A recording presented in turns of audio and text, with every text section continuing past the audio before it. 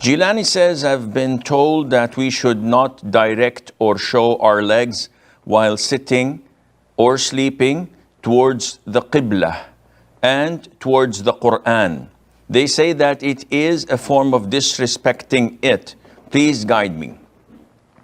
Jilani, as Muslims, and particularly as people from Ahlus Sunnati wal Jama'ah, the Aqidah of our Prophet alayhi salatu wasalam, of the great companions, may Allah be pleased with them, of the Tabi'een, and of those who followed the Tabi'een.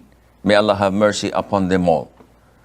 Our Aqidah states that stating something to be good or bad, to be beautiful or ugly, is not dependent on our logic or our own taste, as they say. Because this is the methodology and the aqidah of Al-Mu'tazila, which is a deviant sect in Islam, one of the 73 sects that the Prophet has warned us from, sallallahu alaihi wasallam. Muslims believe that stating this is good or bad is dependent on what the Qur'an says. It's dependent on what the Prophet ﷺ had taught us. And this is why Islam is not a religion where logic prevails, because logic differs from one person to the other. What you see good, I may see to be bad. It's not something according to our preferences. It is according to the Qur'an and to the Sunnah. Someone who passes wind is obliged to perform wudu. Someone who burps and gets this wind out of his mouth is not supposed to perform wudu, and if he does, then he would be sinful for innovating. Logically, one says, it's the same air that is coming out from different passages. He said, it is not something for you to decide. It is according to the Qur'an and to the Sunnah. Islam is a religion of cleanliness. So when you want to pray, you have to wash your limbs 3 times, and you repeat this 5 times a day. Washing your body almost 15 times a day is, by all means and standards, is something that is clean and beautiful. But if I don't have water, Islam tells me to strike the soil once, wipe my face and my hands. Where is the cleanliness? Logically, this is not correct. Logically, is not related to Islam in such aspects, because it is a religion of submission, not of, I will not do what you tell me to do until I believe, until I am convinced that it is logical. No, a'udhu billah. This is the methodology of Satan, of Iblis. Allah tells him, prostrate to Adam, and he objects and says, no, I am better than him. You created me from fire while he was created from clay. So I refuse to prostrate to him.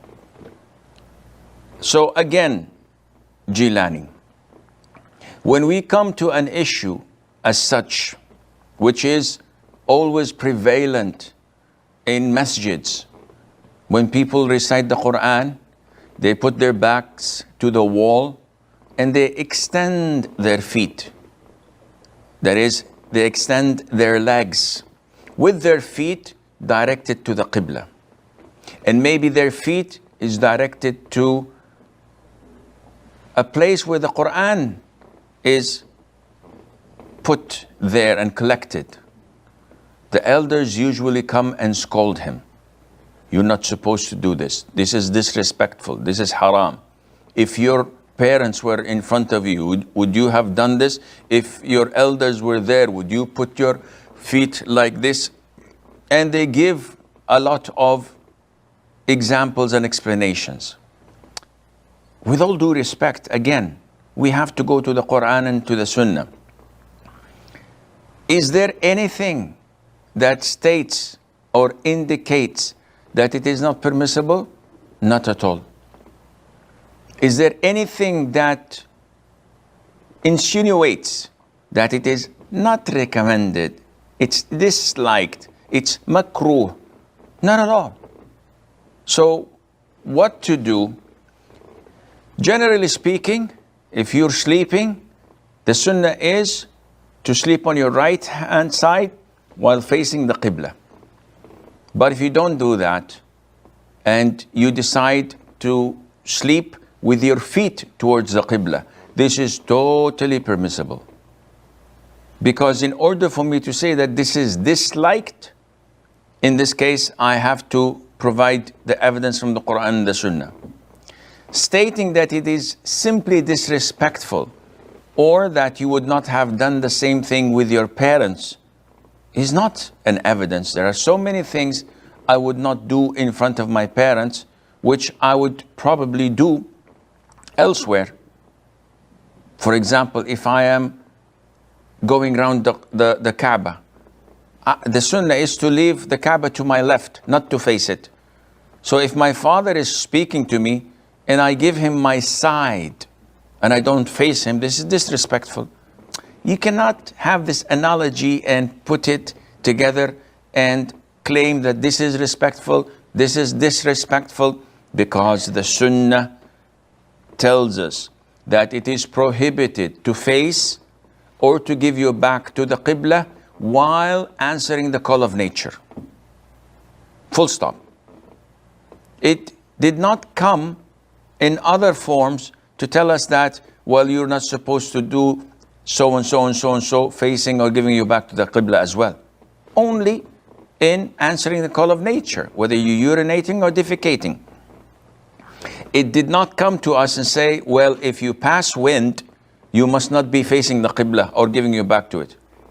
So if someone wanted to pass wind and then he redirects himself, again, this is an innovation, because you're inventing something in Islam which is not part of it. So people should expand the way they think and broaden their way of deciding whether it is halal or haram, so that it fits like a glove with what the Qur'an and the Sunnah tell us, instead of inventing things and coming up with things that are baseless, and Allah Azza wa Jalla knows best.